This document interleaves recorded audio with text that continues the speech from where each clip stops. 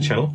Now, it gives me great joy to announce that all prerequisites have been hit, and we are going to start making the 20,000 subscriber giveaway bowl. Look, I've even washed my tabard in celebration for this event. Right, now this is a 5,300-year-old piece of bog oak from the Fens in Cambridgeshire. This was given to me by a good friend of mine called Richard Mills. A lot of you already follow him. He has a YouTube channel called Woodturning with Dick, and he makes the most incredible, creative, artistic pieces that you've ever seen. You know, it's the kind of stuff that you see in museums and art galleries, etc. There's a permanent link to his site from mine down at the bottom, and I'll leave a link to his work as well in the description for this video. Anyway, he sent this along with a few other pieces as well, which I'll be using at a later date, and we're going to make a bowl out of it. Now, it does have a few issues and a few cracks, as most bog oak does, but we are going to be hopefully turning those into features, as well as creating a nice inlay in the rim. Now, I wanted to do another metal inlay. In the past I've used pewter, but today we're going to use this stuff. This is Wood's metal. We'll talk more about this in a little while, but it's got an interesting property which hopefully will make our life a little bit easier. Right, so anyway, we'll get started on this. We've got a nice hole in the center where we know we're going to put a worm screw in, so I will drill that out and we'll get it mounted.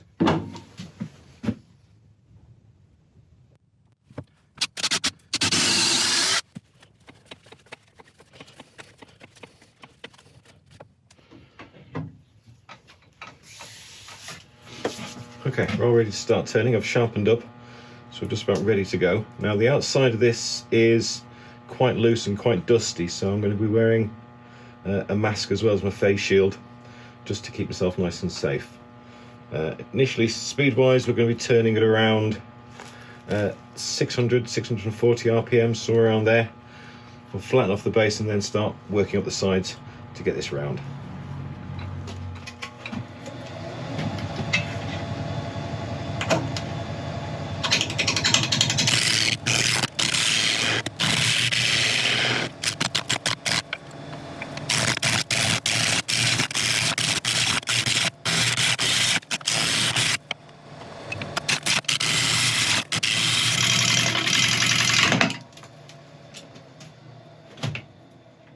Okay, wow, didn't expect that. You can see there's quite a few minerals in there that it's picked up over the years. So we have to work our way all the way through there. There's quite an amazing darkness in this area. That's obviously probably a heartwood as opposed to the sapwood on the side. We've got a branch area there as well. Okay, that's interesting. Right, continue.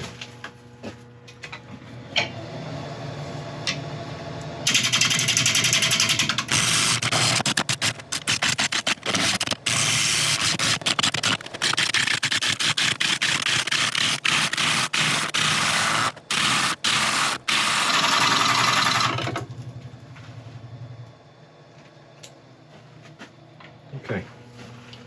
Now this section here needs to come out. If you listen to the difference, that's pretty solid.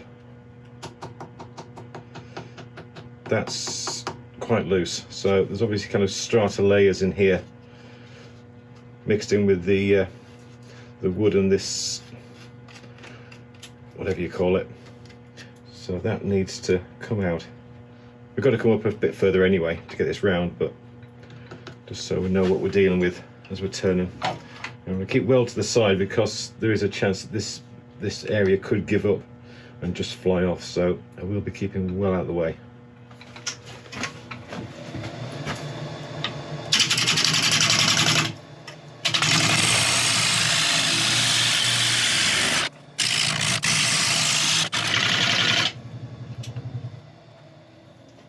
I'm just going to sharpen up again because it's having quite a profound blunting effect on the tool, so Looks like a coal miner.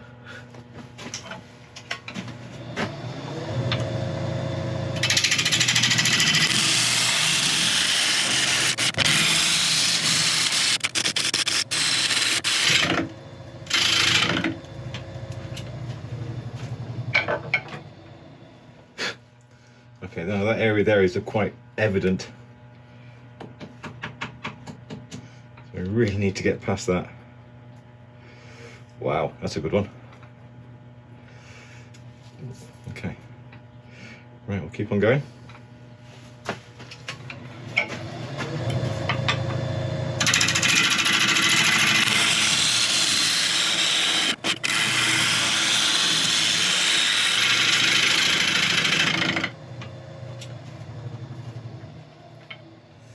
Nearly through it. The top's looking a lot better, so I think I'll start working in the other direction so I'm not getting it too narrow on the top. But it's certainly taken a nice cut. Very little tear out on there.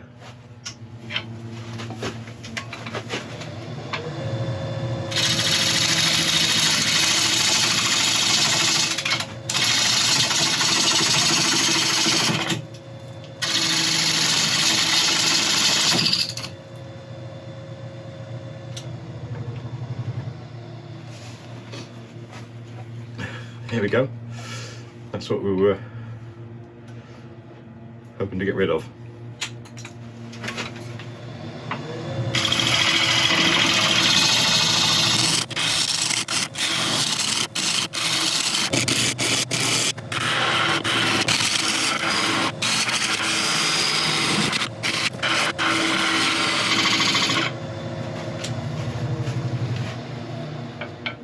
Okay, it's not looking too bad.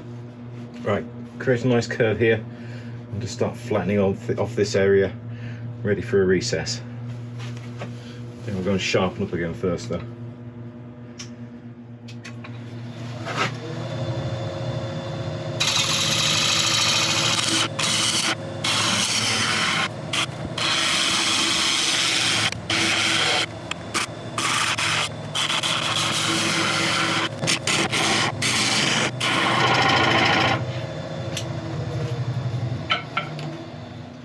Okay, I need a couple more passes on the base just to get rid of a little click there, but apart from that, it's gone pretty well.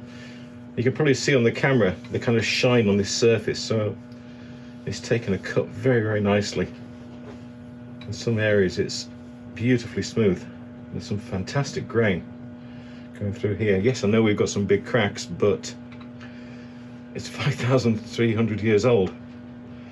How are you going to look after that time?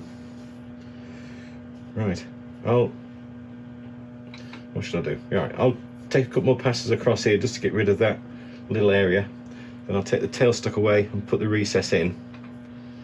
And then we'll start sanding, I think. So, right, recess in and sand.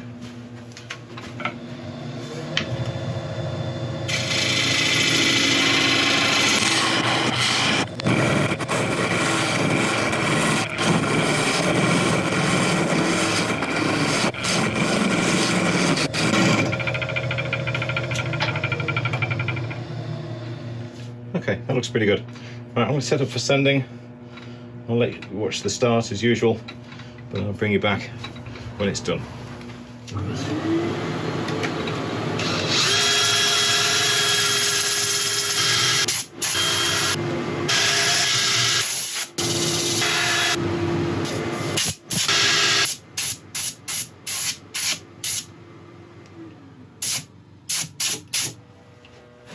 Okay, sanding went absolutely marvellously.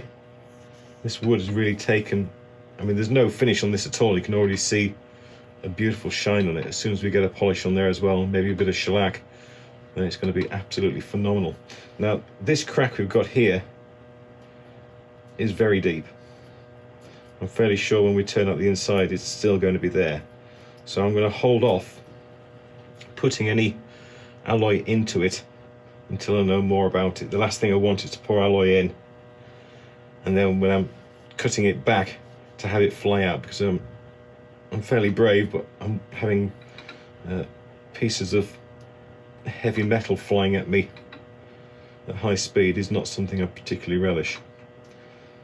Right, so I think I'm going to put shellac and then polish on this outside. We'll turn it over, hollow it out and cut the recess, and then we'll decide what to do there when we know a bit more about the full extent of this crack. Okay, so first of all we're going on with a normal shellac sealer. This isn't the blonde one I've been using recently. This is a normal one which has wax still in the shellac, having been de-waxed as it were.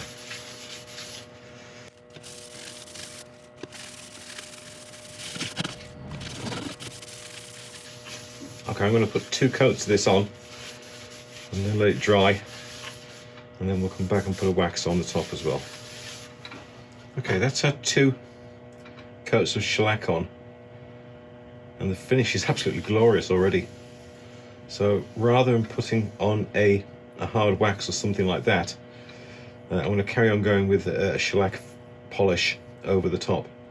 If I was to put hard wax on, then the wax would slowly naturally fill up all of these little cracks and it would just look horrible. So I think shellac's the way forward. Certainly it's a liquid based finish as opposed to a wax based finish. By the way, I must apologise, at the start of turning I was that excited to get started I forgot to put my finger protector on over the ring. So I know a lot of you do look out for my safety and will happily remind me that I'm wearing a ring, so please, not this time. I do try and be as safe as possible whenever I can. Right, let's get some shellac. That was nearly embarrassing. I couldn't get the childproof lid off. Right, this is Rustin's French polish. It's advertised as a French polish, but it is basically just shellac.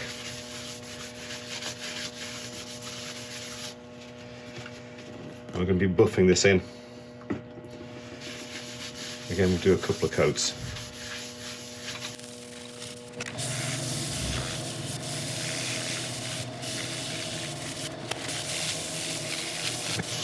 I'll put on a second coat, and I'll turn this around, and I'll bring you back as we're starting the next bit. Okay, all turned round. Tailstock in at the start for safety. We'll start off by flattening off this top and then start hollowing out. But before we hollow out, we're going to have to decide how wide we want this rim to be able to get the alloy in.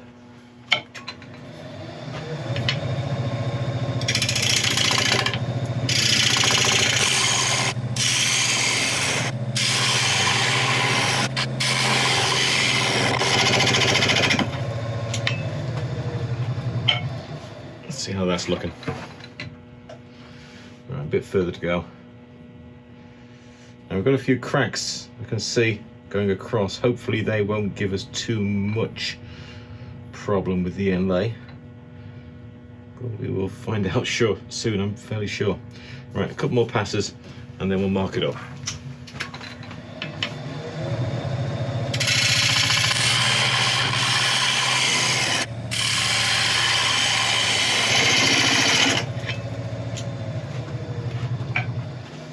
Okay, that's all right. Okay, so I want a decent amount of alloy in here, so that kind of width. Something like that for the alloy, so that our inner rim,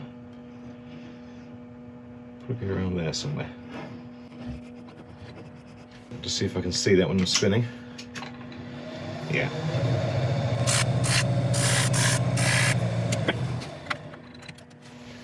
I'm going to start hollowing this out, just roughly for now, and then we'll cut the recess for the alloy.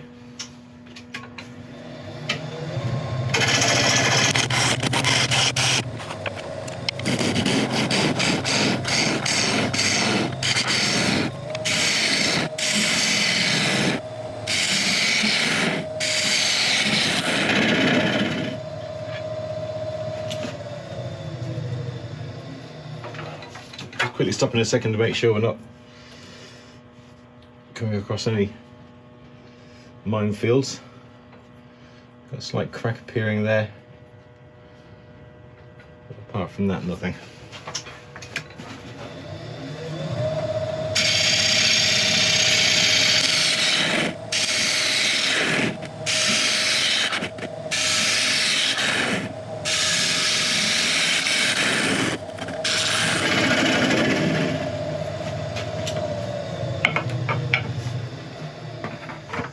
That crack we had at the bottom's opened up a fair amount. That's okay. Right, I think shall I do it now or after? I was going to say I needed probably a couple more passes just to get down to a little bit deeper, get these sides a little bit steeper.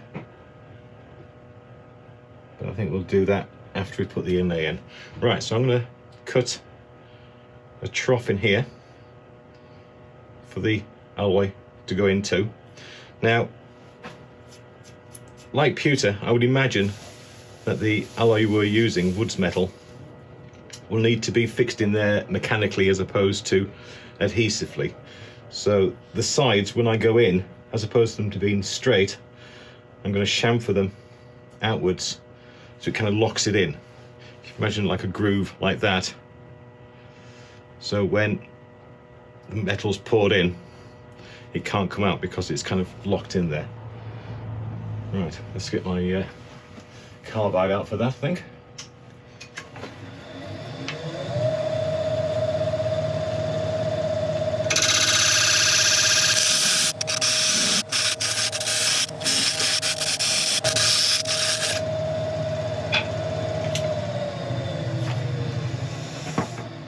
Okay, right, I'm going to get set up for pouring the alloy. I shall bring it back in a second.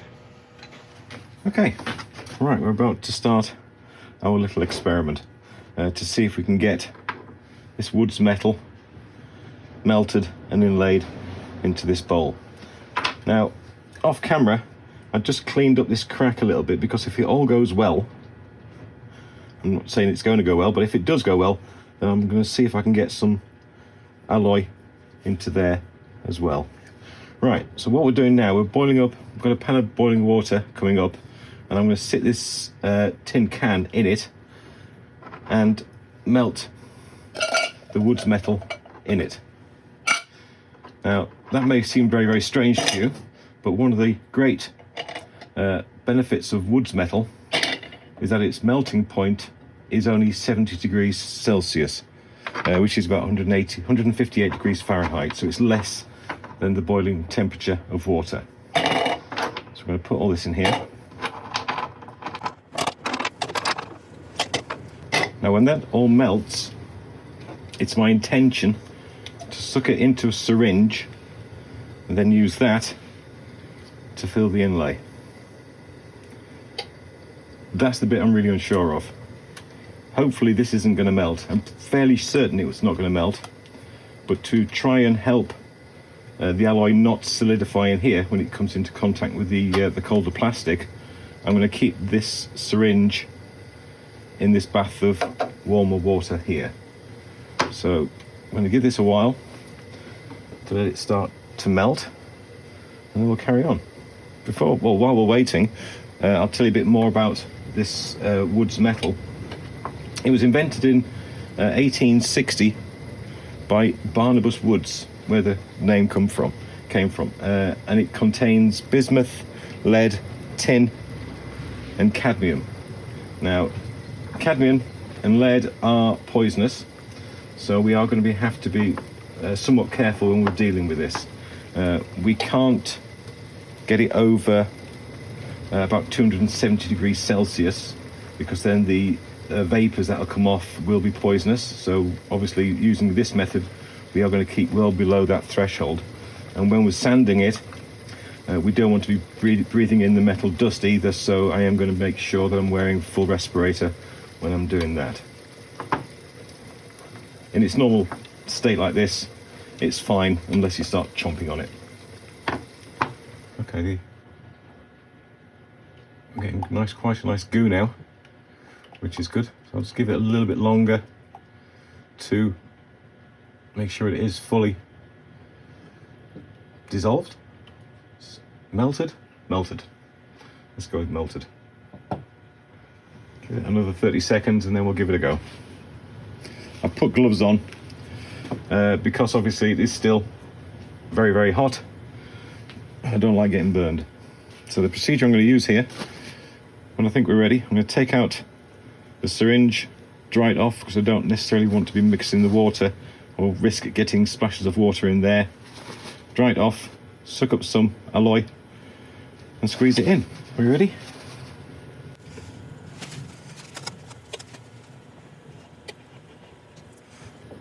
Oh, blimey, it just pulled straight out. Hang on.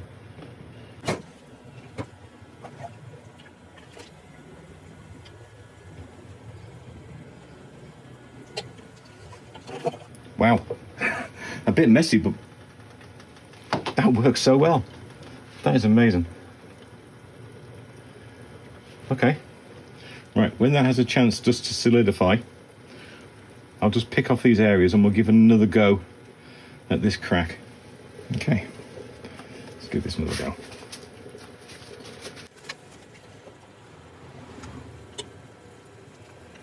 Oh, blimey. Okay.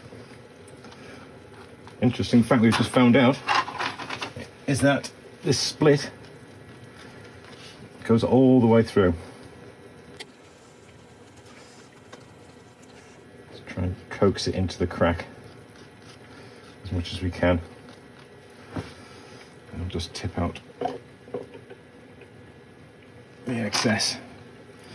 You can see it's come out there. So that big crack we had here goes all the way through. Okay, right. I'll turn everything off for now. We'll get this on the lathe, turn what we've got back, and we'll see how we've done. That was fun. Okay, we're back on the lathe.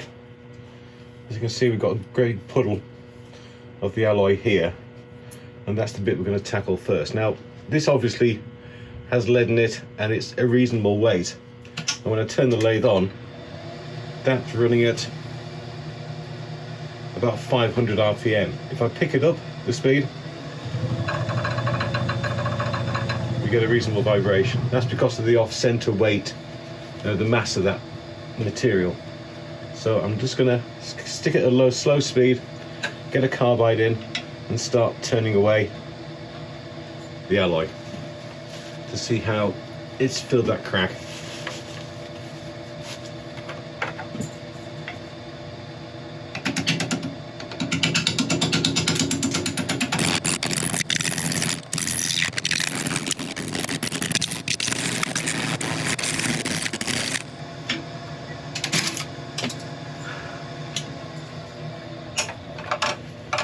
Big chunk just flew off. Okay, excellent. Right, let's take that further down with the wood. Let's see what we're left with.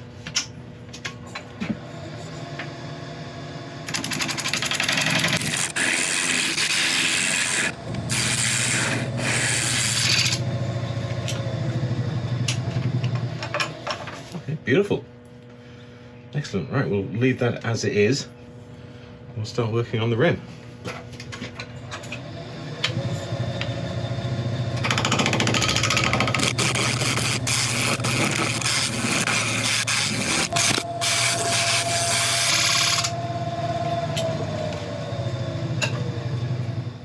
Still a bit further to go, but it's looking good. I've got a few nibbles around the edge, but it's nearly there.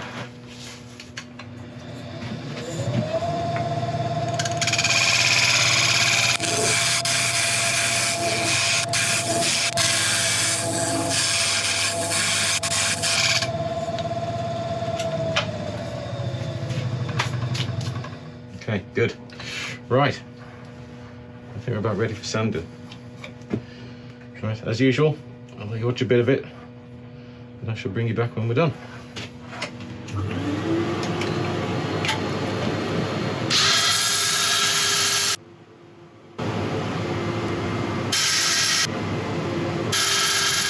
Okay, I've been struggling with an area here. When I started sanding, a kind of a hole appeared in this area here. So I've tried filling it in all the usual ways, and it's just not wanting it at all. So I am thinking about cutting this again to open up the hole and putting our alloy in it. I think that's about the only choice I've got left.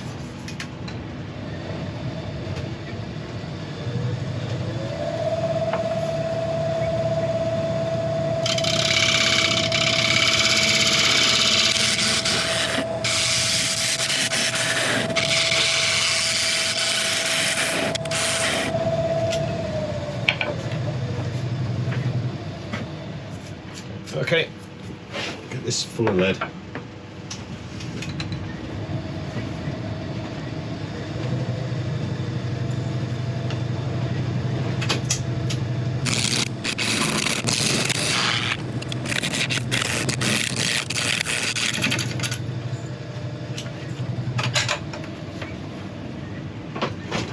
Okay, we've got a big problem.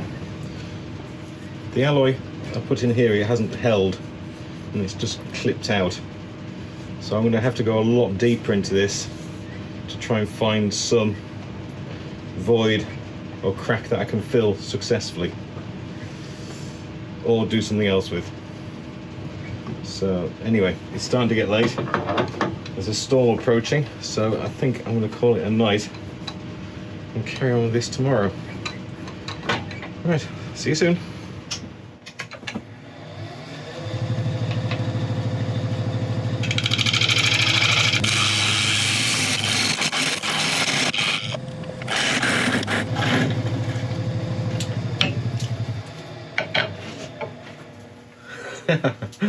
We've got another crack.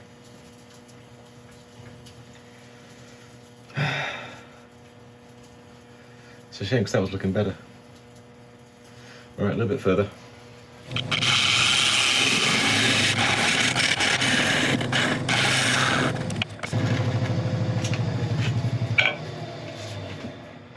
Okay, this crack I had on the side seems to be opening up and kind of looping round on itself into the center. So I'm going to quickly check the thickness on the bottom and then take another scrape and see if I can open it up all the way around so I can do something with it. Because I can't, it's too soft in these areas. You can see I can push it in with my fingers where the fibers are over the top of a gap.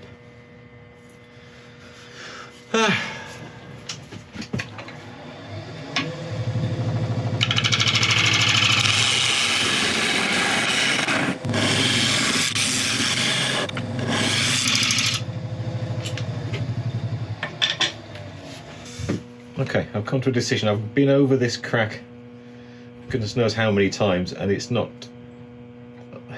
I think it's so incredibly fine inside the wood, it's not opening up.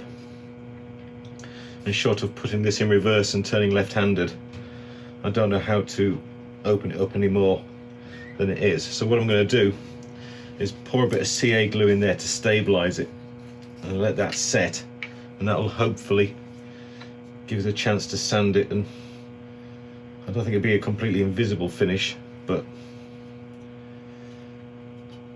I think it should do the trick.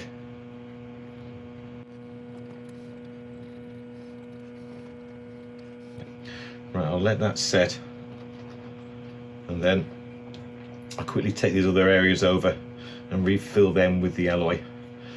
And then hopefully keep your fingers crossed that we can start sanding.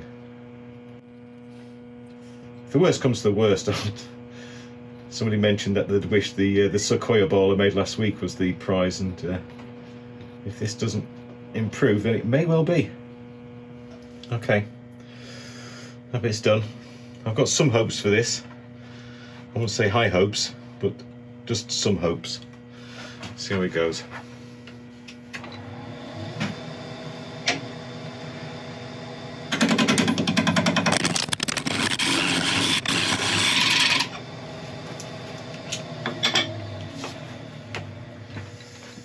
Absolutely useless. Okay, these areas which I'm nearly not getting the alloy to stick into, I'm going to mix up a little bit of milliput, just normal black milliput, and shove it in there. Right, I will go and do that. I should bring you back in a second. Okay, the milling putter's all nicely set. Now hopefully, once we've got this seamed back, we're going to be ready for sanding, and the never-ending bowl may just get finished. Okay, now when I start to turn this back, I'm going to take it very, very carefully. I don't want to start going too deep and risk opening up a hidden crack, so I'll take this nice and slowly.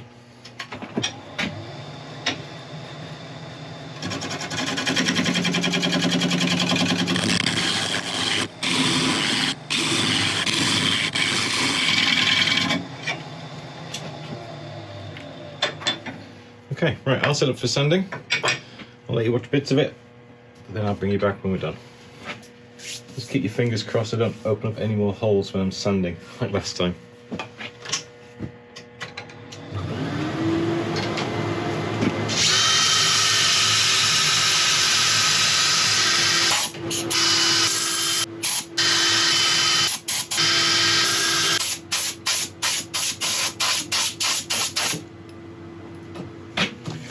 Okay, sanding went well.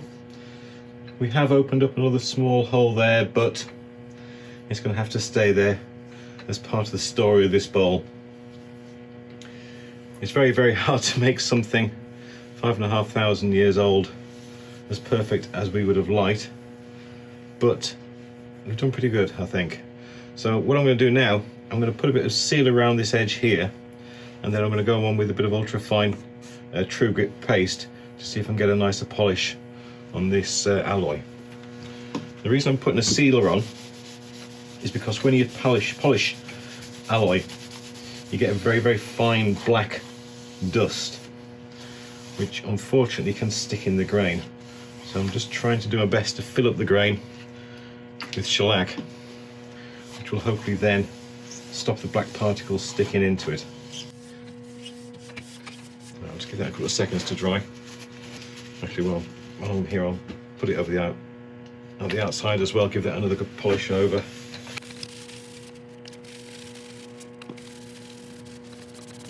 I may as well put it on the inside as well. I don't know why I just left the edge.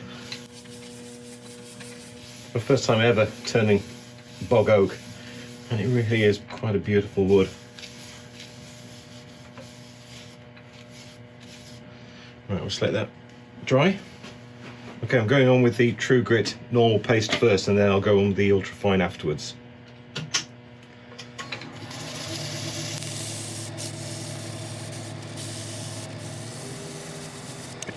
Right, I'm just going to wipe that off with a bit of isopropyl.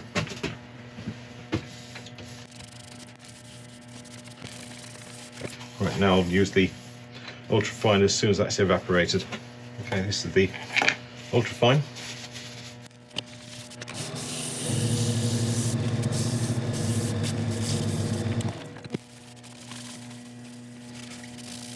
Okay, I'm not 100% happy with that rim.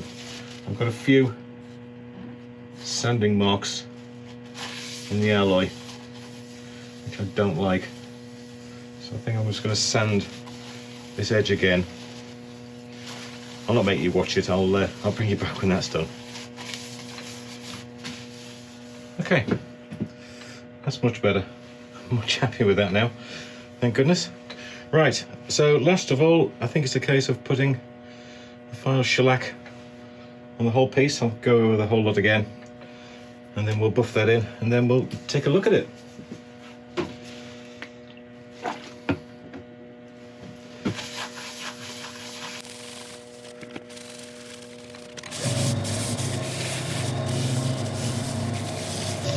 Okay, let's take a look at what we're giving away. Well, there we are, 5,300 years old, and it lives again.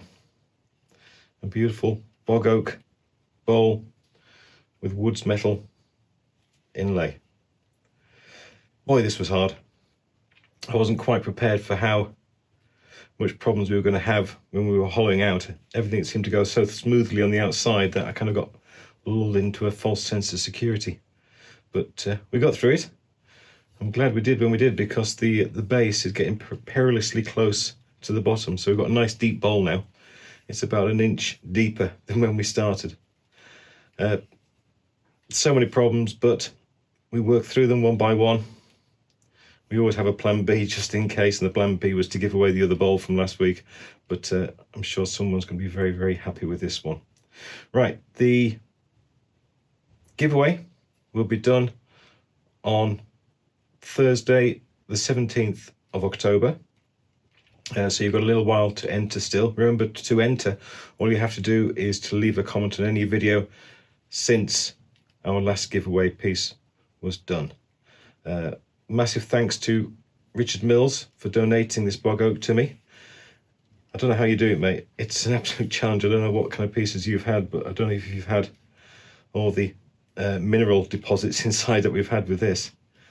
That was crazy. But please go and do check out Woodturning with Dick, because what he can do with bog oak is just absolutely phenomenal. It really is incredible. I'll leave a link below this, and also there's a permanent link on my site as well. But apart from that, thank you very much indeed. Please like and subscribe if you can, and if you leave a comment, then you are going to be entered into a competition to win this. As I say, the giveaway is going to be done halfway through October. Give you all plenty of time to get in. But apart from that, thank you so much indeed for supporting my channel. It's been well beyond my dreams or anything like that. I just can't imagine not doing this now. It's part of my life and I love it so much. So thank you very much indeed. And I will see you next time. Thank you.